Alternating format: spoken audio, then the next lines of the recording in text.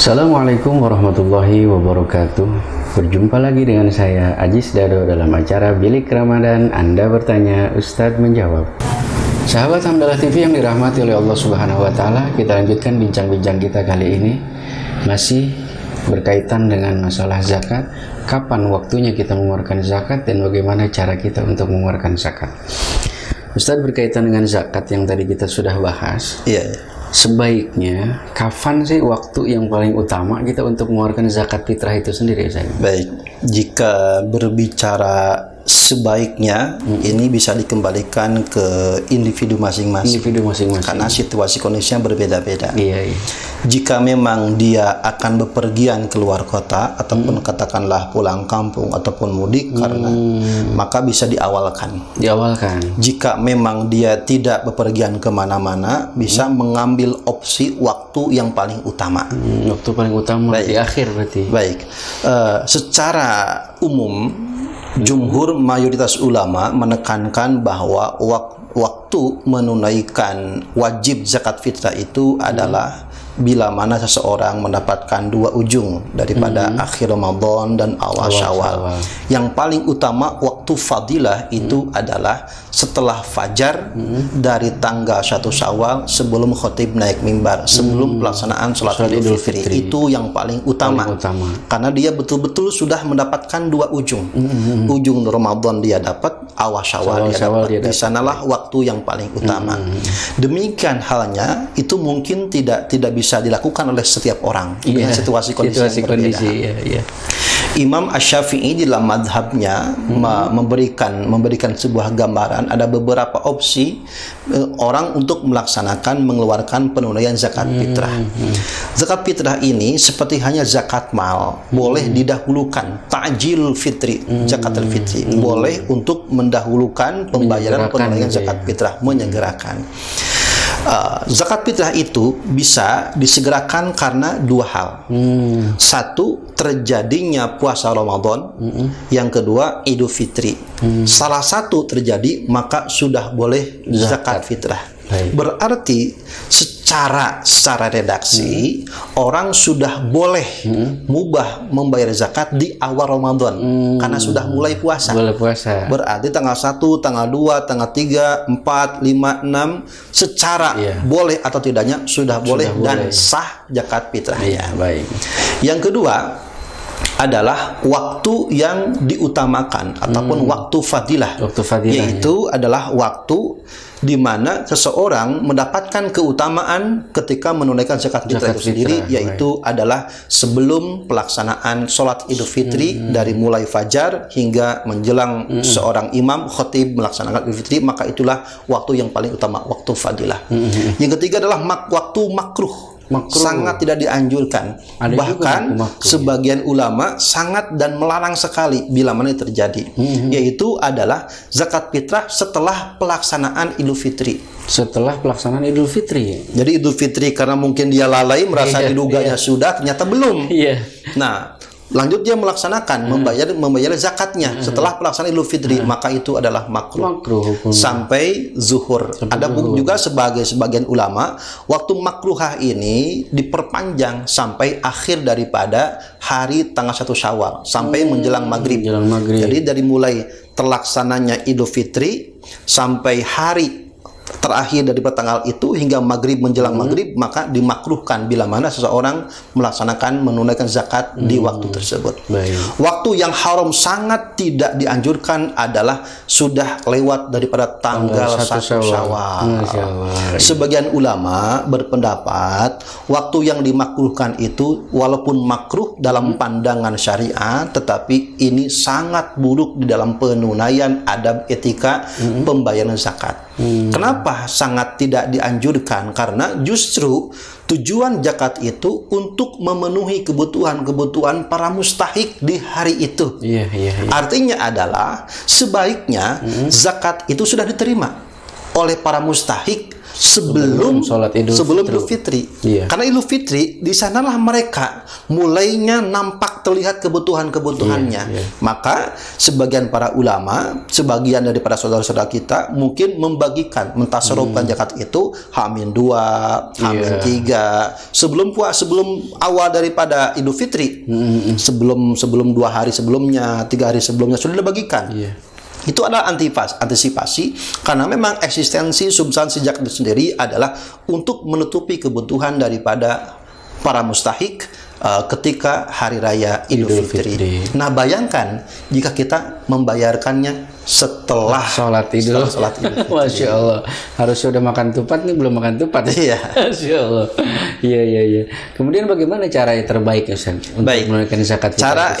Cara yang terbaik secara standar bagaimana para ulama mengisyaratkan zakat itu ambil dari orang-orang kaya di antara mereka dan bagikan kepada orang-orang yang fakir miskin di antara mereka. Jadi ambil dari orang-orang yang mampu memiliki kelebihan harta di hari raya dari orang-orang yang kaya di antara mereka, dibagikan pula untuk fakir miskin di antara mereka.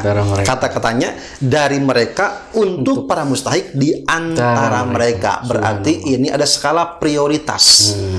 Utamakan para mustahik yang dekat dengan dirinya. Jangan keluar dahulu. Iya. Jika para mustahik yang dekat sudah terpenuhi, sudah kebutuhannya dijamin ketika hari raya Idul Fitri, boleh untuk melebarkan pembagian zakat keluar daripada zona para mustahik itu sendiri. Iya. Berarti yang paling utama di lingkungan sekitar itu sendiri. Baru setelah itu kita boleh keluar bila mana ada kelebihan.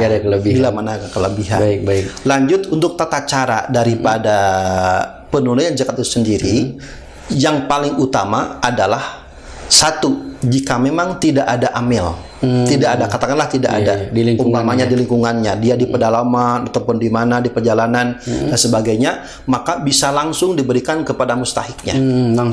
Langsung kepada mustahiknya, walaupun secara sah dan keabsahannya tidak disyaratkan harus ada ijab qabul. Langsung saja kita berikan. Langsung saja, itu sudah sah. Yang penting sebelumnya kita sudah niatkan. Niat saya mengeluarkan zakat. Walaupun tidak ada ijab qabul, saya terima, saya serahkan, walaupun itu tidak menjadi sebuah syarat kesahan di dalam sebuah zakat fitrah, tetapi itu menjadi keutamaan. Dan jikalau memang memungkinkan, idealnya memang ada penyerahan supaya ada tabayun. Ini zakat apa para sedekah? Iya. Khawatirnya mustahik mengiranya ini sedekah padahal kita niatnya zakat. Maka perlu juga ada ijab qabul walaupun itu tidak disyaratkan di dalam keabsahannya. Yang kedua, jika memang ada amil, kalau memang amil adalah salah satu mustahik di antara 8 mustahik yang sebagaimana Al-Quran dalam surah At-Taubah disebutkan, di antaranya fakir, miskin, wal amilin, orang-orang yang mengurus, mengatur, menarik, mencatat, menjaga, mendistribusikan, mereka adalah orang-orang yang mengurus, mendistribusikan zakat, boleh kita mewakilkan, menitipkan kepada mereka untuk mentasarufkan, membagikan zakat fitrah kita. Nah, Ustaz, karena situasi kondisi kita pada saat ini yang mungkin belum begitu kondusif, mungkin ada di beberapa daerah saudara-saudara kita mengambil opsi zakat via transfer. Transfer melalui bank. Nah, ini bagaimana? Hukumnya ini bagaimana? Ini bagaimana? Memang terjadi sekarang ini, bahkan betul. Presiden itu sekarang pemerintah menginstruksikan untuk pembayaran zakat fitrah itu melalui transfer. Mungkin dari satu sudut pandang mungkin ada maslahatnya. Maslahatnya apa? Untuk menghindari kerumunan. Jika memang zonanya zona merah betul-betul berbahaya COVID-19 ini, maka lebih baik walaupun tidak wajib kita bisa melaksanakan zakat via transfer, via ATM dan sebagainya. Sah-sah saja itu ya. Dalam koridor ini kita zakat via transfer melalui ATM sama dengan kita zakat mewakilkan kepada orang. Contoh umpamanya, saya tidak bisa membayarkan zakat kepada amil. Saya titip ke Ustaz. Ustaz, saya titip zakat ya, tolong berikan ke amil. Nah, Ustadz sebagai orang yang saya wakilkan itu ibarat mesin ATM. Mesin ATM, pihak yang kita amanahkan untuk zakat fitrah kita disampaikan kepada mustahiknya ataupun ke amilnya. Maka demikian pula, yang paling penting bukan transfer ataupun pewakilannya. Yang terpenting adalah sebelum diwakilkan, sebelum ditransfer, jangan lupa diniatkan. Oh iya, niat mengeluarkan zakat. Ya, jadi sebelum kita transferkan, sebelum kita wakilkan, umpamanya nih, kita punya saudara ataupun satu rumah ada 6 orang, 7 orang. Mungkin enggak 6-7 orangnya datang kan. Mungkin hanya 2 orang, 3 orang yang diwakilkan anaknya atau saudaranya. Kan ini otomatis. Zakat diwakilkan kan. Maka bagaimana, ada yang pernah bertanya, Ustaz bagaimana bagusnya kalau zakat diwakilkan itu dipisah-pisah berasnya atau digabungin aja satu karung? Langsung. Bagusnya itu karena memang zakat ini adalah zakat individual, perorangan, bukan kolektif, bukan untuk 2 orang, bukan untuk 3 orang, tetapi untuk per orang. Maka idealnya zakat fitrah itu untuk keutamaan dipisahkan jika itu adalah berbentuk beras. Dipisahkan satu-satu. Ini saya menerima wakil zakat dari si fulan, ini supaya supaya terpisahkan berapa yang diserahkan dan berapa yang dia terima dari perwakilan zakatnya, jika itu memungkinkan. Dan jikalau ala kulli hal tidak bisa dipisah-pisahkan, maka tidak menjadi permasalahan karena sudah diniatkan oleh pihak masing-masing orang yang membayar zakat itu sendiri. Nah, ini perlu kita tekankan karena situasi kondisi seperti ini perlu kita sikapi dengan cerdas, dengan bijak. Bukan berarti kita tidak mau berangkat ke amil, bukan kita tidak bisa memberikan langsung kepada mustahik, tapi jikalau situasi kondisi menuntut kita untuk via transfer, maka itu bisa dijadikan sah saja, diberikan solusi untuk situasi kondisi seperti ini. Yang penting kita niat di awalnya. Betul, awalnya diniatkan terlebih dahulu. Subhanallah, alhamdulillah. Sahabat Hamdalah TV yang dirahmati oleh Allah Subhanahu wa taala. Demikian bincang-bincang kita hari ini dengan guru kita Al-Mukarram Ustadz Burhan Ubaidillah STHI, yang mana beliau sudah menjelaskan begitu banyak, begitu gamblang tentang masalah zakat. Tentunya zakat fitrah khususnya, mudah-mudahan apa yang beliau bahas, apa yang kita bahas pada hari ini dijadikan ilmu yang bermanfaat oleh Allah Subhanahu wa taala, baik di dunia sampai di akhirat nanti.